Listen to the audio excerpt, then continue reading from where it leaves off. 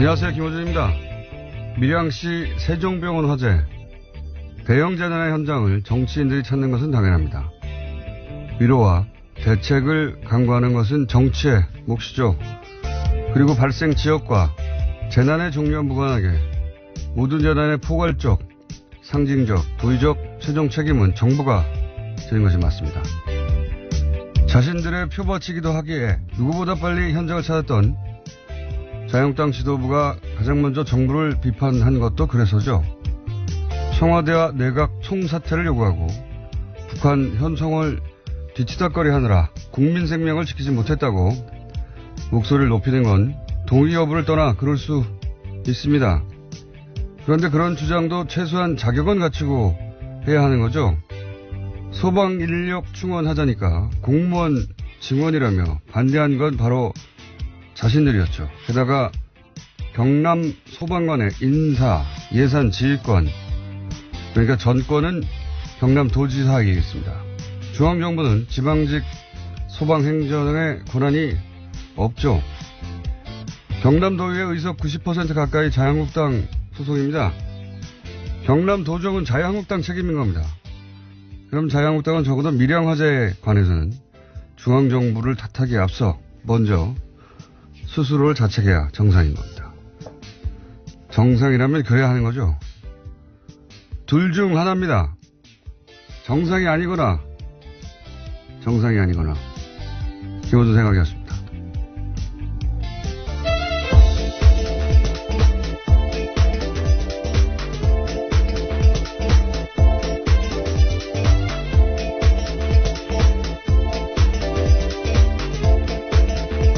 시사인의 김은지입니다. 네. 정상이 아니거나 정상이 아니거나 했는데 저희 PD가 그걸 또 못 알아듣고 나름의 유머인데 바보예요. 날뛰고 있어요 지금 밖에서. 자, 시사인의? 네, 했습니다. 또 했어요? 예. 정상이 아니거나. 정상이 아니거나. 네. 자, 첫 번째 뉴스는 뭡니까? 네, 다스 핵심 관계자의 녹취록이 공개됐습니다. 그에 따라서 녹취록에 나오는 140억 원을 둘러싸고 여러 보도들이 나오고 있는데요. 녹취 당사자가 입을 열었습니다. 18년 동안 이상은 회장, 그러니까 다스의 회장 최측근으로 근무했던 김종백 씨인데요. 140억 원은 다스에서 조성한 비자금이다라고 밝혔습니다. 아, 그렇군요. 김종백 씨는 이제 몇 차례 언론에 등장했기 때문에 아시는 분은 아실 텐데, 처음엔 이제 운전기사로 소개가 됐는데, 사실상 운전기사가 아니라 다스 내의 다양한 업무를 종합적으로 본 내부 사정의 아주 밝은 인사다. 이렇게 얘기해야 되는 게 맞는 것 같아요. 운전만 하는 게 아니기 때문에. 네, 지방과 관계된 다양한 일도 했습니다. 그러니까 모르는 게 없다라고 봐야 될 텐데요. 그런데 이제 그 녹취록 중에 이제 140억이 여러 번 등장하는데 액수가 또 절묘하잖아요. 액수가 절묘해가지고 이것이 BBK로부터 회수한 투자금 140억 우리가 계속 문제 삼았던 그거라고 해석하는 언론도 있고. 왜냐하면 녹취록 그 대목은 굉장히 짧거든요. 네, 맥락을 알아야지만 알아들을 수 있는 이야기이긴 합니다. 네. 그리고 또 이제 그 녹취록 중간에 보면 그 돈을 나눠서 김재정 이상은 각각 당시 최대주 두 사람의 통장에 들어가 있었던 내용이 나오니까 이건 도곡동 땅 매각 대금이다라고 해석하는 언론도 있었고요. 근데 이제 그렇게 해석이 엇갈리니까 그 녹취록의 주인공, 그러니까 통화를 한 당사자죠. 그 김종백 씨가 그게 아니라 이것은 정호영 특검 때 나왔던 120억 플러스 그 이전에 한 20억 정도의 또 비자금이 있었는데 그걸 얘기하는 거다. 네, 당사자가 직접 밝힌 겁니다. 본인이 대화 도중에 등장했던 그 해당 부분은 그런 맥락에서 등장한 거라고 지금 이제 해설을 해준 건데, 저는 어느 쪽이어도 그 돈이 전부 이명박 전 대통령이 회수하려고 했다. 이게 핵심 키포인트라고 봐요. 그러니까 돈의 성격도 물론 중요한데 그 돈을 결국 그 돈의 주인이 결국 이명박 전 대통령이다. 이게 핵심이죠. 예. 네, 이시영 씨를 통해서 이명박 전 대통령이 회수하려고 했다라고 김종백 씨가 해설하고 있습니다. 그러니까요. 여기서 이제 만약에 120억 플러스 120억 비자금이었다면 이제 이명박 전 대통령 횡령에 혐의를 받게 되는 것이고요. 도곡동 땅이었다면 이제 차명 소유 문제가 되는 거고 BBK 140억은 대통령 권한으로 그 자기 재산을 찾으려고 공권력을 이용한 거니까 직권남용 부분. 네, 현재 수사가 진행 중입니다. 예. 어느 쪽이든 걸립니다. 특히 도곡동 땅일 경우에는 뭐 어느 쪽이든 다 마찬가지지만 결국은 그 돈이 다스에 들어갔다가 BBK 들어갔다가 그걸로 주가 조작을 했기 때문에 이제는 이제 주가 조작의 혐의까지 예. 어느 쪽으로든 다 걸린다. 예. 어쨌든 그런데 김종백 씨는 이 녹취의 주인공 김종백 씨는 그 돈은 120억 플러스 120억 비자금을 의미하는 대화 속에 등장하는 거였다. 네, 120억 플러스 20억. 20억. 예. 자, 결국은 이 대목은 뭐 검찰이 밝히겠지만 어느 쪽이든 간에 이명박 전 대통령에 치명적으로 작용할 건 동일합니다. 주인이 본인인 정황이 나왔으니까요. 그리고 이제 김종백 씨 본인도 이제 관련 인터뷰를 했더라고요. 네, 어제 MBC와 여러 가지 이야기들을 했는데요. 언론에 정확하지 않은 정보들이 나가기 때문에 그에 대해서 자신이 밝히겠다라는 입장도 이야기했고요. 뿐만 아니라 비자금이 제대로 밝혀졌으면 좋겠다라면서 여러 가지 이야기들을 했습니다. 이동영 씨가 다스의 한 18년간 이상은 회장의 기사이자 그리고 다스 내부에서도 여러 보직을 맡아서 사실상 내부자인데 이렇게 이제 양심 선언을 하게 된 이유 중에 하나는 이동영 씨 그러니까 이상은 회장의 아들 이동영 씨가 리베이트 관련한 불법 행위가 드러나자 그걸 뒤집어 쓰라고 요구하자 예.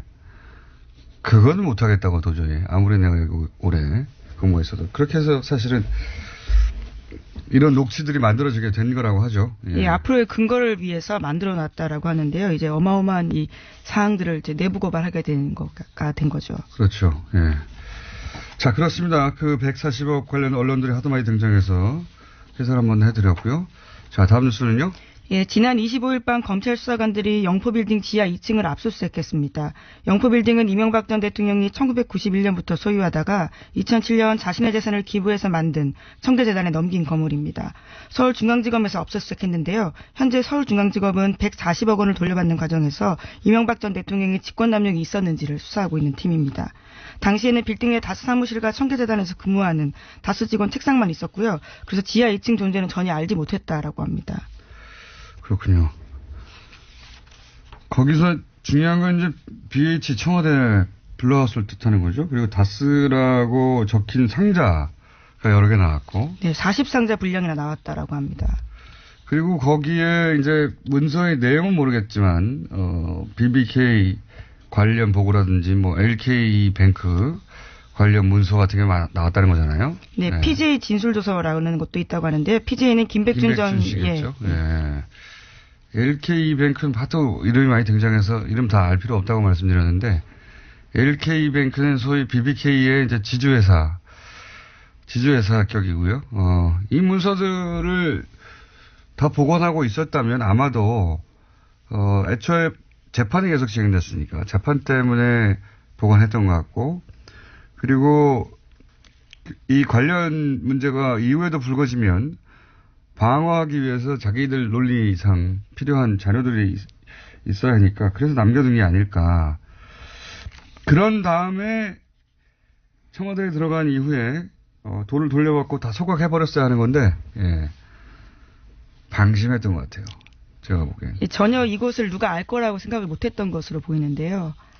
거기서 뭐가 나올까요? 예. 물론 MBC와의 통화에서 이명박 전 대통령 측근은 BBK는 기본적으로 그 당시 예전에 있었던 일을 정리하는 거지 그 이상 아니다라고 부인하고 있습니다. 물론 뭐 일관되게 그렇게 얘기했죠. 근데 문서가 왕창 나왔으니까요. 이게 어디로 갈지 모릅니다 이제. 예. 그리고 그게 이명박 전 대통령의 사설 창고에서 나왔다는 점이 굉장히 또 중요하죠. 예. 나는 모른다고 할 수 없게 된 장소 자체가. 자, 다음 뉴스는요? 예, 지난주에 잠깐 언급한 적이 있는데요. 검찰이 이명박 전 대통령을 피의자 신분으로 전환했다라고 합니다. BBK 주가 조작 피해자들이 이명박 전 대통령을 직권남용으로 고발한 지 106일 만이다라고 합니다. 피의자 신분이 됐군요. 지난 금요일 날 잠깐 제가 얘기했는데. 예, 아침에 속보로 떴었는데 제가 속보를 체크를 못해서 가지고 죄송합니다. 예. 죄송할 것 같죠. 자, 예. 6시 이후에 나온 뉴스라서. 제가 얘기했는데. 예. 자, 다음 뉴스는요. 네, 이명박 전 대통령의 친형 이상득 전 의원이 지난 26일에 검찰에 출석했습니다. 국정원으로부터 불법 자금 1억 원을 받은 혐의인데요. 하지만 건강상의 이유로 4시간 만에 돌아갔습니다. 아침에 휠체어 타고 나왔는데 4시간 만에 돌아간 겁니다. 이분뿐만 아니라 이상은 회장, 현 다스 회장도 아프실 예정인 것으로 저는 알고 있습니다. 네. 그리고 다스 자체도 아프실 예정인 것으로 저는 알고 있고요. 다스가 어떻게 아픕니까? 다스도 아프실 예정인 것으로. 고위부도 뭐 이런 얘기도 나오고 있고. 예. 비자금 옮기는 거 아니냐 뭐 이런 얘기도 나오고 있고. 예. 다스 회장님도 다 아프실 예정이고. 예.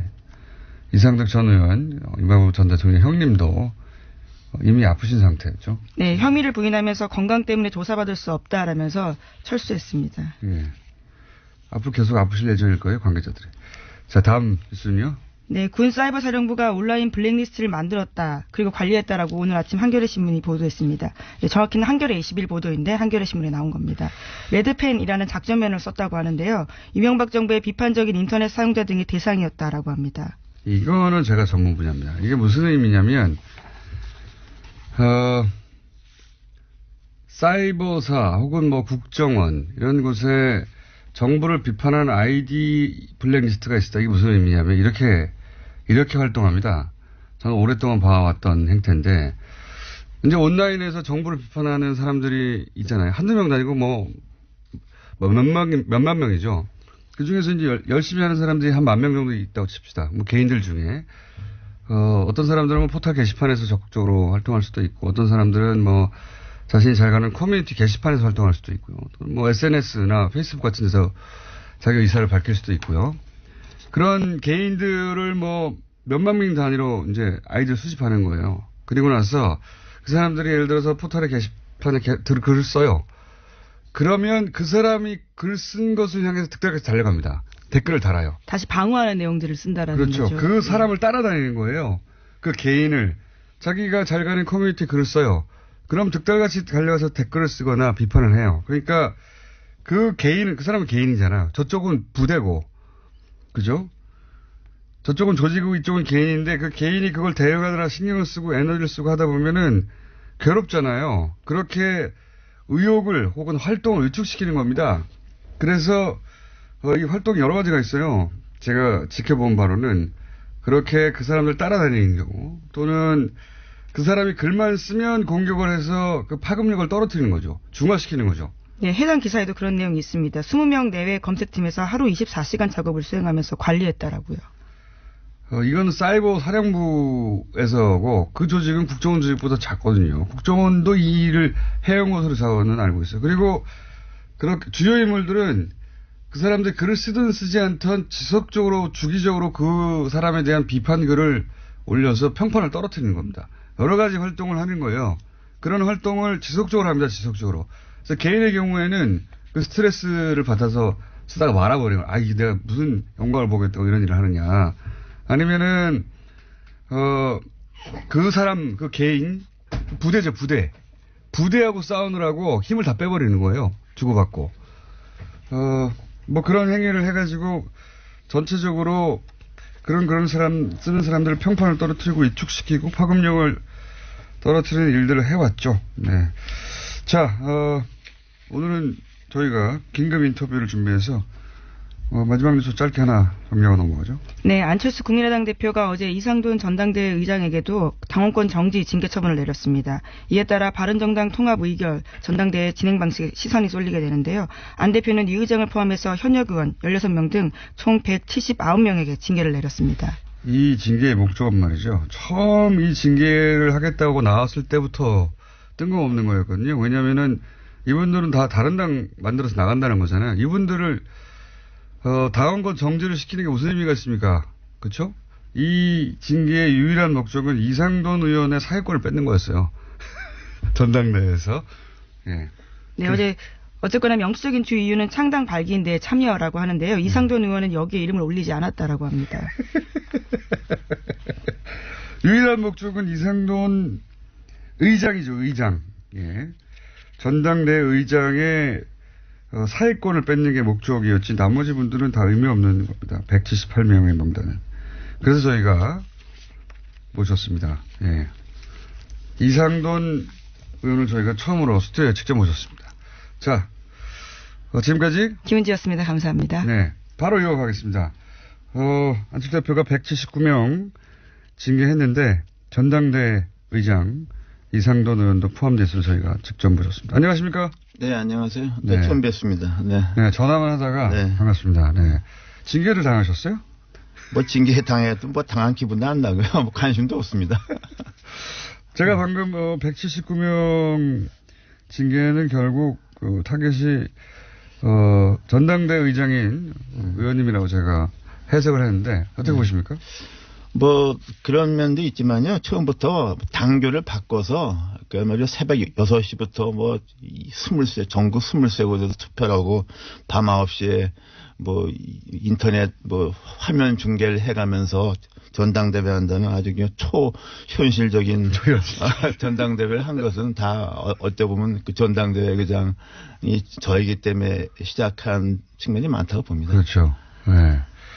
전당대 의장으로서 이제 사회권을 가지고 계신 분인데, 이 통합에 대해서 부정적이라서 혹시 전당대를 본인들이 원하는, 통합파가 원하는 뜻대로, 안 될까봐 어떻게든 사회권을 뺏고 싶은데 그러면 명분이 있어야 하는데, 예, 이 명분으로 이걸 사용한 게 아닌가, 뭐 이렇게 해석되는데, 그 외에도 사회권을 제약하기 위해서 조치를 많이 했죠. 그렇죠. 사실은요. 제가 보기에는 이번에 바뀐 당교에 따라서 전당대회를 진행을 할 수가 없는 것은 저는 솔직히 이건 내가 할 수 있는 게 아니다 이렇게 생각을 했습니다. 그리고 또 하나는 이제 이번에 신당을 추진하는 쪽에서 특히 실무진 쪽에서도 이제 어떤 몇몇 후보는 이거 흥분해 가지고서 우리가 전당대회에서 저지해야 된다는 저지파가 있었어요. 저지파. 또 한쪽에서는 저거 이제 우린 저기랑 이제 안 된다. 그래서 창당파가 있었는데 저는 오히려 이 저지라는 것이 우리가 제가 의장이느냐 안 되는 걸 상대방이 뻔히 알기 때문에 온갖 술수를 할 것이다. 그렇게 되면은 그야말로 초현실적인 전당대회가 될 것이다. 그래서 저는 창당을 빨리 준비해야 된다. 저지한다고 믿고 있으면은 이제 시간에 쫓긴다. 이렇게 그런. 박 전 대표는 처음에는 저지할 수 있다고 생각하셨던 것 같아요. 그죠? 그런데 박 전 대표는 뭐 이 정치를 꿰뚫어 본 분 아닙니까? 근데 다만 처음부터는 저지를 한다고 이렇게 해놔야만 저쪽에서 이제 온갖 무리수를 온갖 뭐 이상한 일을 벌이지 않겠습니까? 새벽 6시에 시작하죠. 네, 그러니까 처음 들어봤는데 새벽 6시. 이제 할 필요가 없어진 거죠, 이제 완전히. 새벽 6시. 네. 새벽 6시에 이 전당대회 누가 참석할지 모르겠네. 새벽 6시에 시작하고. 네, 근데 그 부분에 대해서는 그렇게 우리가 웃기만 할 수 있는 것은 아닙니다. 이게 아무리 정당의 자율성을 존중한다 그러지만은 당원 당규로 정하는데 한계가 있지 않습니까? 정당법이라는 게 있습니다. 또 법의 일반 원칙이 있고 그래서 이제 이번에 가처분 신청된 것도 그런 부분이죠. 그래서 과연 법원이 뭐 이런 것까지 정당의 자율권을 인정해 줄 것인가? 뭐 이건 도저히 눈 뜨고 볼 수 없다 그래서 어떤 판결을 할지 다만 이제 어차피 이제 탈당 어차피 이제 창당에 나가는 거니까 그 돼 있지만은 법원으로서는 이번에 한번 정당의 자율성에 대해서 유권적인 판단을 할 필요가 있다고 봅니다. 그 당원들 자격, 그러니까 소위 모집단을 줄이기 위해서 당원들 자격을, 뭐랄까요, 의도적으로 이렇게 모집단을 줄여서 뭐 전화 통화도 많이 하고 했다고 얼핏 들었는데 무슨 일이 있었나요? 당원들 그 대표 당원으로 등재했던 한 10,000명 이상 되는 것 같다가 다 전화해서 뭐 전화가 안 되면 연락분통 같은 거에서 뭐 배제한다든가 또 심지어 좀 성향이 안 맞는 것 같으면은 뭐 왜 당비를 안 됐느냐 뭐 등등해서 뭐 그런 일을 굉장히 애 많이 썼죠. 그야말로 고생했습니다. 그래서 한 10,000명이 한 5,000명 이하로 줄었다면서요? 네, 그렇다고 그래요. 네. 그렇다고 해도 이제 과연 3,000명 정도가 이렇게 나올 것인가 하는 것도 그렇고, 솔직히 어저께 당무회의도 철저하게 비공개로 해서, 솔직히 뭐, 몇 명이 많은지 몰라요. 사회권, 이제 의장직을 수행하지 못하게 되시는데, 근데, 의장직을 수행하셨다 하더라도, 보통 사회권이라는 게 이제, 처음에 시작을 선언하고, 종결을 선언해야 되는데, 시작과 종결을 선언하지 않아도 되는 걸로 바꿔놨다면서요? 근데요, 뭐, 저도 상세한 건 다 보지도 않았어요. 뭐, 어차피 그거 되지 않을 거니까. 그 완전히 그 사회 보면 그 바보 되는 거 아닙니까? 솔직한 얘기로. 23명에 뭐 화면 보고서 이거 뭐, 나 그런 게 해본 적도 없고. 전국 23곳에 이제. 네, 뭐, 그 화면 보고 물어보고 내가 그 짓을 어떻게 합니까? 그러니까, 그리고 나는 이게 전당대회까지 창당이 이렇게 진행될 거라고 생각을 했지만 내 성격 같아서는 처음부터 이제 이건 난 이거 못한다고 당결 바꿨을 때 이제 그렇게 발표한 것도 방법이었지만은 막 이런 전략적 고려 때문에 제가 계속 침묵을 했던 거죠.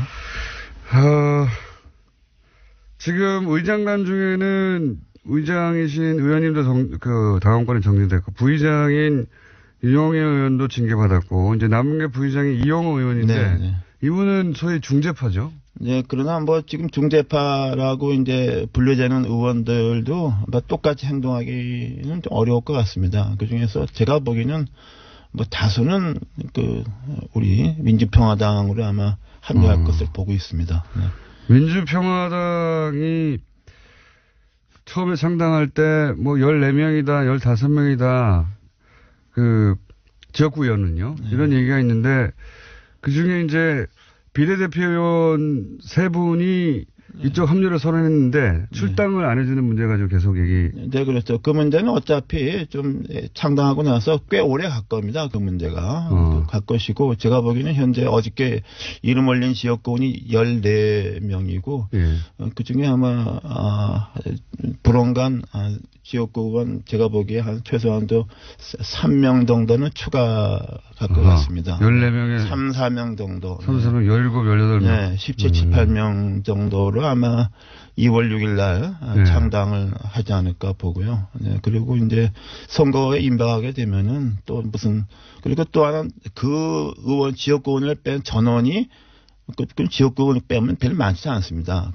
통합당을 가느냐 하면 또 그렇지 않고 개종에는 거기서 이탈을 해서 무소속으로 잠시 남겠다는 지역구이 있기 때문에 진짜로 순수하게 이렇게 안철수 대표와 같이 할 지역구는 뭐 5손가락도 안 된다고 봅니다. 네. 5명 정도? 5명도 안 된다고 봅니다. 지역구원에서는. 네. 지역구원에서는 너무 적네요. 그거는. 그러니까 오산을 했던 것이죠. 처음에는 처음부터 그런 얘기가 했어요. 이렇게 하게 되면은 박지원, 정동영, 천정배 의원들은 하고 몇 명은 탈당하지 않겠냐. 30명 정도 나가겠지. 예. 그렇게 말하고 다녔어요.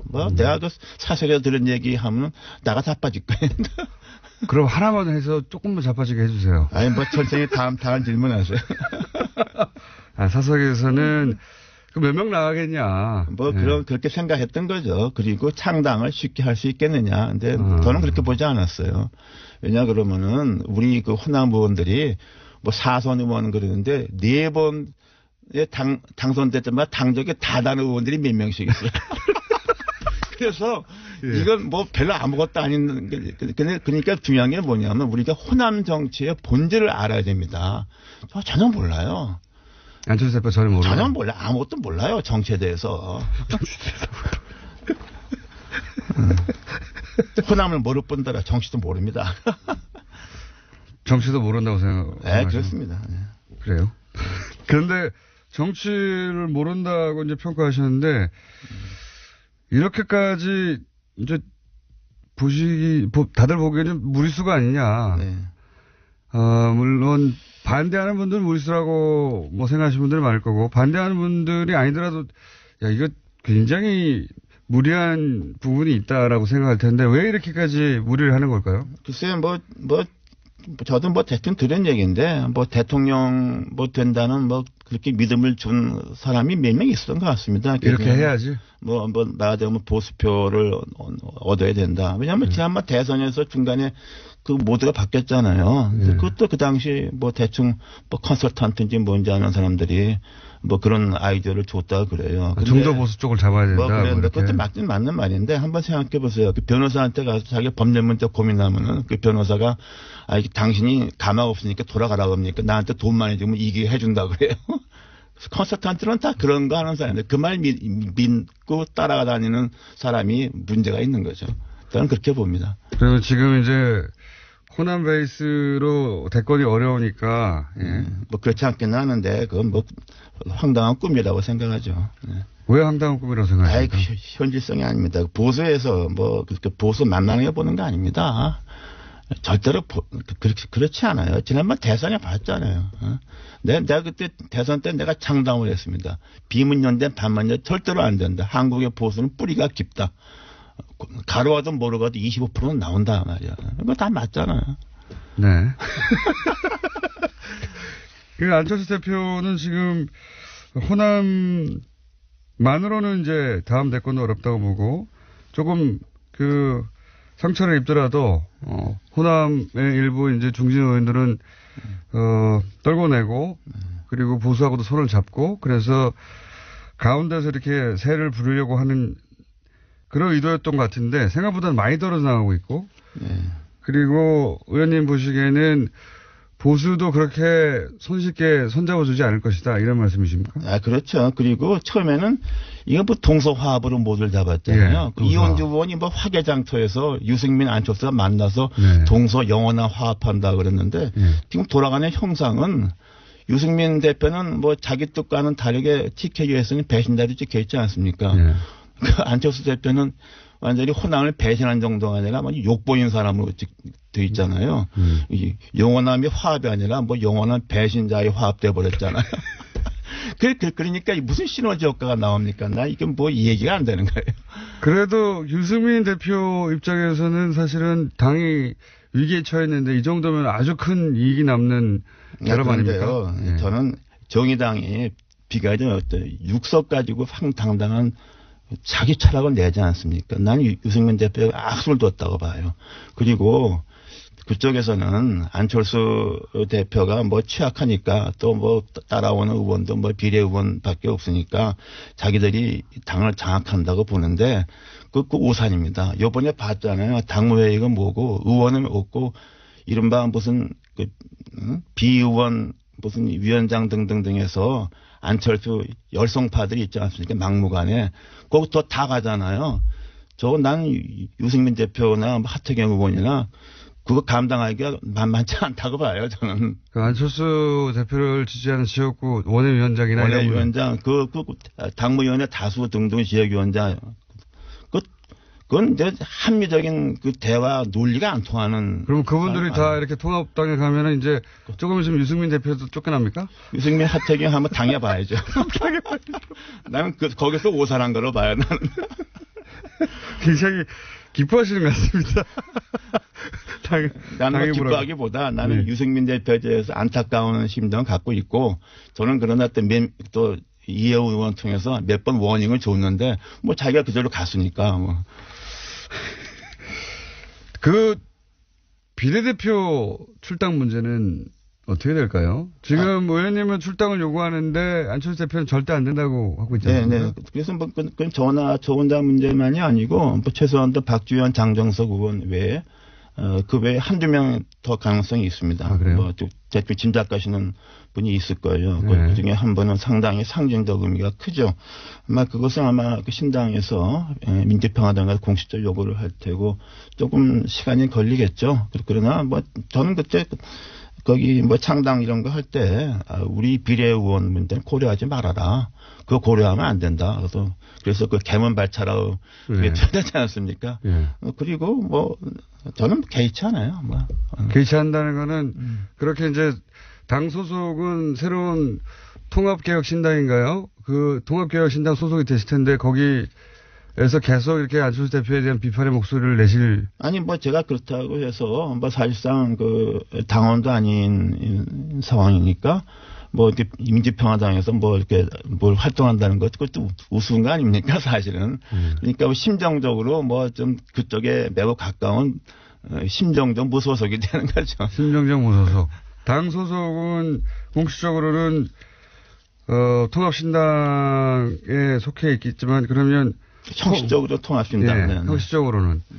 형식적으로 그 소속에서 계속 그 통합신당에 대해서 비판의 목소리를 내실 수도 있겠네요. 제가 언제 뭐, 대통령도 그냥 연거포 그냥 맨날 작살을 냈는데 뭐 못할 말이 뭐 있습니까? 그쪽에서는 의원님을 놔주는 게 더 플러스 아닙니까? 글쎄 모르겠어요. 그러니까 거기 정상적인 판단이 안 되는 집단이에요. 네. 그렇지 않으면 이런 일이 생기지 않죠. 어떻게 국회의원이 우리나라 헌법재판소 판결에 의해서 헌법기관입니다. 개개인이. 합당경 보고는 국회의원의 당적의 변화가 생기는 걸 갖다가 의원총회 뭐 당원단계 그까짓 필요도 없습니다. 그거는 기본적인 원리예요. 정당 정치, 의회 정치의 기본입니다. 의원총회 한 번 안 하고서 의원총회 반대했잖아요. 다수가. 그런 놈의 일이 어디 있습니까? 그러니까 이건 뭐 정치 집단이라 볼 수가 없어요. 우리가 이렇게 토론하는 거, 이게 입이 더러워지는 겁니다, 이게. 알겠습니다. 오늘은 여기까지 하고요. 이렇게 통합을 결국은 이제 거의, 마지막 요식행위에 가까운 전당대회 정도만 남겨두고 통합이 이루어질 것 같은데요. 그죠? 이루어지겠죠? 네. 예. 이루어질 것 같은데 이 통합을 성사시키는 데는 결국 안철수 대표의 의지가 가장 중요한 역할을 한 것 같은데, 그렇죠. 안철수 대표의 의지가 이 모든 걸 만들어낸 거죠. 네, 그렇죠. 네. 그게 일종의 그런 것이 한 번 꽂히면 그냥 거기서 그냥 몰두하는 그런 성격이 있죠. 네. 안철수 대표를 그러면 이 통합을 성공시키기 일보 직전인 안철수 대표를 한마디로 평가하시자면 마지막으로. 글쎄요, 뭐 제가 볼 때는 뭐 정치적 소양도 없는데 어떻게 해서 일시적으로 몇 년 동안에 국민들한테 과분한 기대를 받았던 것이죠. 이제 뭐 지난번 대선 과정을 통해서 뭐 그 좀 다 벗겨졌다고 봅니다. 이제 우리가 이제 마지막으로 벗겨진 모습을 보는 거죠. 네. 마지막으로. 앞으로 이 통합 당에 가셔서도 인터뷰를 자주 하시게 될 첫 번째 의원이 아니실까. 네. 생각이 듭니다. 잠시 후에 하태경 의원 바로 이어서 들어올 텐데 혹시 하태경 의원한테는 하실 말씀 없으십니까? 글쎄 내가 볼 때는 이렇게 쉽게 생각하지 말라고 싶어요.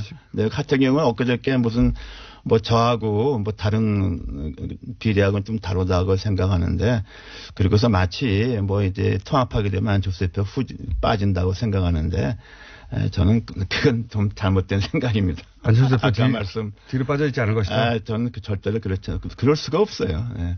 그럴 수가 없는 지금 상황이 돼 있습니다. 너무 쉽게 생각하는 거예요. 그래요? 네. 알겠습니다. 오늘 여기까지 듣겠습니다. 지금까지 아직까지는 국민의당 이상돈 의원이었습니다. 감사합니다. 네. 자, 하태경 최고위원 오늘 여차저차한 사정으로 월요일 날 자세히는 아니, 오늘 이상돈 의원님 나온다 그래서 제가 바로 뒤에. 이상돈 의원님이 좋은 얘기 할 리가 없기 때문에. 보완 설명 드리러 나왔습니다. 우선 이상돈, 176명 징계가 이상돈 의원의 전당대 사회권을 박탈하려고 한 거라는 건 맞잖아요. 그 질문 나올 줄 알았어요. 나올 줄 알았는데 제가 이제 아닙니까? 이상돈 의원님 잘 아는데 이상돈 의원님은 징계 해도 문제 안 해도 문제예요. 무슨 이야기냐면 그분이 오늘 뭐 제가 오전에 듣기도 했고 저랑 같은 상임위 옆자리예요. 같이 이야기를 해보면 굉장히 젠틀맨이고 진흙탕 싸움에 본인이 들어간다는 것 자체를 잘 견뎌하기 힘든 분이에요. 원래 학자셨으니까요. 네, 그래요. 그리고 원래 그렇기 때문에 제가 볼 때는 만약에 징계를 안 했으면 본인도 굉장히 고통스러웠을 것이고 동시에 또 그때 그래도 공격해요. 그러니까 저쪽은 딱 답이 정해져 있기 때문에 답정너기 때문에 징계를 하면 하는 대로 공격, 안 하면 이간질. 아니, 제가 다른 질문이 아니라 징계를 하는 거는 당권파의 마음인데 제 말은 176명 징계를 했던데 그 이유가 이제 창당대회 참석하고 뭐 이런 거 해당 행위 명분상으로 충분하죠. 근데 실질적으로는 다른 당으로 간다는데 당원권 정지이냐 이게 무슨 의미가 있습니까? 아무 의미가 없는데. 아니 실용적인 의미는 크지 않을 수 있지만 상징적인 의미. 당의 기강을 잡는 차원에서 아니 그거는 당의 기강이 해야 지금 돼요. 그렇게 한다고 잡힙니까? 왜냐하면 그것도 안 하면 당도 아니에요. 그거 해산해야 돼. 당을 없애야 돼. 그걸 알겠어요. 네. 알겠는데 진짜 목적은 이상돈 의원. 근데 이상돈 의원이 사회를 보더라도 결국 전당대회는 가게 돼 있어요. 그래서 그게 아마 이상돈 의원을 생각해 준 게 아니냐. 그런 의미가 없다고 보십니까? 왜냐하면 이상돈 의원이 사회 보면 저분이 소집도 했잖아요. 그러니까 보냐 안 보냐 엄청 그 싸움을 말려야 되고 본인은 완전히 진흙탕 싸움에 이상한 사람 되고 그러느니 차라리 해준 게 이상돈 의원 입장에서는 고맙다고 생각할 것 같아요. 이상돈 의원을 위해서 그렇게 했다. 예. 이상돈 의원 입장에서는 그러니까 서로 이해관계는 다르지만 결국은 뭐 그렇게 서로한테 해가 되는 결과는 아니다. 알겠습니다. 이렇게 실드를 치시는데. 이상돈 의원 제가 잘해드릴게요. 예. 그분은 원래 우리 저기 새누리당 출신이에요. 그러니까 뭐 안 출신이라기보다는 예, 지난 2012년에는 또 박근혜 후보의 당선을 위해서 노력을 했었죠. 예, 노력. 근데 무슨 이야기냐면은 하셨는데 중간에 잘못 틀어져서 그렇죠. 예. 4대강은 뭐 이렇게 문제를 많이 삼았지만 4대강은 처음부터 반대하셨고 다른 문제는 다 보세요. 제가 많이 배웁니다. 같은 상임위하면서. 그래서 저희들 입장에서는 그러니까 보수임에도 불구하고 이 합당을 반대하는 것은 안철수 대표에 대해서 기본적으로 그런 자질이 없다고 판단합니다. 반안이죠. NT안이죠. 예. NT안이 NT하나 NTU는 꼭 아니잖아요. 그래서 NTU는 아닌 것 같고요. 예. 아니에요. 그래서 예. 저희들 하지만 같이 있는 데는 못 가겠다는 말씀이신 것 같은데. 그렇죠. 예. 못 오겠다는 것인데. 그럼 출당해 줘야 아니 와서 안 보면 되지 그럼. 안 보면 되지. 그리고 이제 당 안에 있다고 해서 뭐 계속 보란 이유도 없고. 되지. 그러니까 그걸 지금 합당하고 나서 그 소위 이제 반대파 한 서너 분 정도를 출당을 안 하시는 쪽으로 유승민 대표도 바꿨습니까, 입장을? 안철수 대표 입장 존중하기로 했어요. 왜냐하면 지금 존중하기로? 사실 우리가 지금 적전 분열할 수는 없고 솔직히 말씀드리면 지금은 그런데 내 말은 합당하고 나서 설득할 시간이 필요하다는 거지. 유승민 대표나 이해운 전 대표나 정병욱 대표나 다 잘 알잖아요. 그래서 우리도 적어도 공들일 시간이 필요하지 않냐. 그러니까 일단 합당시켜놓고 그분들 설득하다 안 되면 하다 안 되면 그럴 시간이 필요하다는 거죠. 그때 가서 지금은 다른 당이기 때문에 뭐 어떻게 이야기하는 것도 어렵지만 같은 당이 되면 같은 식구이기 때문에 같은 당 되고 나서 이분들이 가만히 있을까요? 계속 당에 대해서 뭐라고 할 텐데 다 수용하죠. 다 수용. 이상돈 의원이 문제 제기하는 거 왜 수용 못합니까? 아니 그러니까 그런 문제가 생길 것 같으니까 거기서 다 정리하라고 오라고 했는데 안철수 대표 그 싫다고 하니까 안철수 대표 싫은 이유는 또 당연하죠. 본인이 이제 사람들이 너무 많이 떨어져 나가면 저쪽이 너무 많아지니까 마이너스 통합이라는 이상돈 의원의 불만은 두 가지인데요. 안철수에 대한 개인적인 실망 이게 하나 있고 또 하나는 지금 적폐청산 기조에 적극적으로 협력해야 된다. 이게 하나 있어요. 네. 그러니까 안철수에 대한 개인적인 실망은 말 그대로 개인적인 실망입니다. 그죠? 그리고 안철수 그 향후 지도부 지방선거 끝나고 이후에까지 지도부 할 가능성은 별로 없어요. 그 과도기에는 어떨지 모르겠지만 본인이 후보로 뛰거나 뭐 선대위원장을 하거나 하겠죠. 그다음에 적폐청산 우리 반대 안 합니다. 낡은 보수 청산해야 되고 문재인 정권이 적폐청산 중단해도 우리는 낡은 보수 청산 끝까지 갑니다. 그게 한국당 해산이고. 한국당 해산이요? 네. 그래서 그 부분은 이상돈 의원하고 일치합니다. 목표가. 알겠습니다. 그렇게 말씀하셔도 소용은 없을 것 같긴 한데요. 중요한 것은 당장은 합당하고 나서 이 반대파들 서너 분을 세 분인지 네 분일지 모르겠지만 당장은 출당하지 않을 것이다. 않을 것 같다. 않습니다. 우리가 못한다. 공들일 시간이 우리한테 필요합니다라는 말 다시 한번 반복합니다. 그래서 어떻게든 설득해서 같이 가도록 해본다. 그렇습니다. 쉽지는 않을 거라고 저는 전망하고요. 안철수 대표가 본인은 당대표 안 한다고 그랬는데 유승민 대표가 같이 공동대표 하자고 하는 상황은 어떻게 정립됩니까?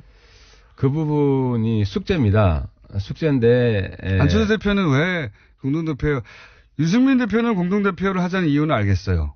예. 이 통합된 이 당의 결국은 그 힘은 두 직전 대선 후보 인지도와 또 그 이미지에 달려 있는데 한 분이 빠지면 어떻게 되느냐. 최대 효과를 내자면 같이 가자. 이 제안을 알겠는데 안철수 대표는 어떤 이유인지는 저로서는 짐작은 가나. 아, 왜 대표 안 하겠다? 예. 안철수 대표는 지금 공동대표 안 하겠다는 거잖아요. 아, 왜냐면 이미 백의종군 선언했잖아요. 아니 뭐 선언했다가 뒤집은 게 한두 번입니까? 제 말은 아니, 못 이긴 척 하면 우리 되는데. 저 바른정당은 뒤집길 원해요. 예. 우리가 많이 이야기를 했는데 근데 이게 어떻게 돼가나요? 그러니까 이제 국민의당 내부 사정인데 지금 국민의당에는 그것까지 생각할 겨를이 없다. 전당대회를 성공적으로 치러야 되기 제가 보기에는 때문에. 말이죠. 지방선거 때 이 새로운 당이 예를 들어서 지자체장 뭐 광역단체장 정도를 지금 당선시킬 수는 없지 않습니까? 현실적으로 그죠? 아니 안철수 대표는 둘 중에 하나잖아요. 선수로 뛸 거냐 감독이냐. 네. 지방선거에 네. 둘 중에 하나로는 뛸 거예요. 그러니까 대표가 아니면 바로 선수로 뜁니다. 그러니까 뭐 예를 들어 선수로 뛰게 해야 됩니다. 우리 입장에서는 서울시장 어디든 간에 후보가 되거나 아니면 공동 당대표가 되거나 어디든 간에 둘 중에 하나는 할 것이다. 그래서 저는 안철수 대표는 반드시 지방선거에 투입해야 됩니다. 그래서 그러면 당대표보다는 지자체장으로 나가는 게 낫다고 보십니까? 당연하죠. 근데 유승민 대표는 뛰어야죠. 같이 대표하자면서요. 그러니까 과도적으로 일단 처음 출발할 때 얼굴이고 안철수 대표는 바로 저는 그 선거 예비 후보 등록일이 3월 초입니다. 그래서 어디로 뛰어야 됩니까, 안철수 대표는? 그건 상의를 해봐야죠. 그건 우리도 전략이 있어야 되기 때문에 그건 내부에서 우리 합당이 되면 전체 전략을 공유를 해야 되고. 지방선거에서 한국당하고 예를 들어서 특정 지역에서 단일 후보 연대 이런 거 가능합니까? 없습니다. 아예? 하지만 박지원 당하고는 합니다. 할 수 있습니다. 그러니까 이 부분이 중요한데. 박지원 당이라고 굳이 꼭 항상 그러니까 박지원 이제 당. 저희 호남 그 친박개혁당 하고는 할 수 있습니다. 이름도 정해졌는데요. 말씀해 주세요. 왜냐하면 민평당이죠. 민평당은 할 수 있습니다. 왜냐하면 원래 선거연대 하자고 했고요. 그분들하고 하자고 했고 이제 거기서는 안 할 것 같아요. 저는 꼭 그렇진 않을 거라고 봅니다. 그래요? 예. 또 우리 그 최고의 책사기 때문에 민주당이 해주겠습니까? 민주당이 전남지사 후보 하나 내주겠습니까? 박지원 전남지사 하라고.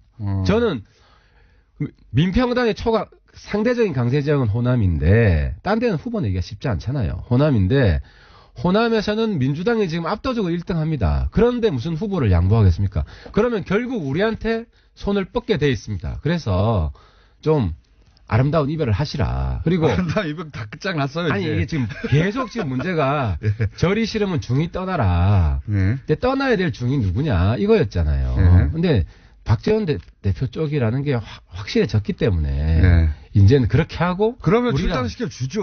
우리랑 선거 그러니까 자꾸 비례를 볼모로 해서 하는 것은 비례를 볼모로 한 건 지금 안철수 대표 쪽이죠. 그러니까 비례가 안 나. 그분들은 사실 뭐 출당 드릴 수 있죠. 지역구 분들은. 근데 지역구 지금 말고 비례대표 아름다운 이별 그러니까 하자면서 이제 비례는 조금 시간을 주시라는 거고. 아름다운 이별 하자면서 이쪽만 원하는 건 다 가져가잖아요. 그리고 선거 연대 끝나고 지방선거 끝나면 또 빅뱅이에요. 그렇죠. 그때가 제일 큰 또 빅뱅이기 때문에 민평당 분들 중에 저는 민평당 분들도 두 판은 아닙니다. 민주당에서 허용해 주는 사람과 불허하는 사람. 뭐 어쨌든 민주당 쪽하고도 열심히 갈라치기 하시고요. 그러니까 그건 그렇게 될 수밖에 없어요. 그러니까 이제 우리 공장장님께서는 자꾸 이제 안 공격, 안은 지방선거 나가면 이제 정리됩니다. 정리가 된다는 거는 지방선거에서 떨어지고 나면 떨어지는 게 아니라 유승민 판이 되는 겁니까? 그리고 다시 크죠. 안 대표는 이번에 바른정당 지지층한테는 굉장히 인기를 많이 얻었어요. 그러니까 바닥을 쳤고. 하태경 의원입니다. 김어준의 뉴스공장.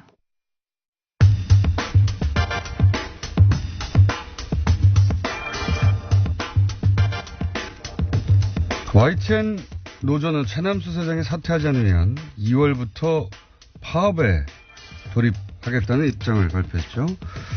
YTN 문제가 무엇인지 민원연 김원경 사무처장과 함께 짚어보겠습니다. 안녕하세요. 안녕하세요. 네.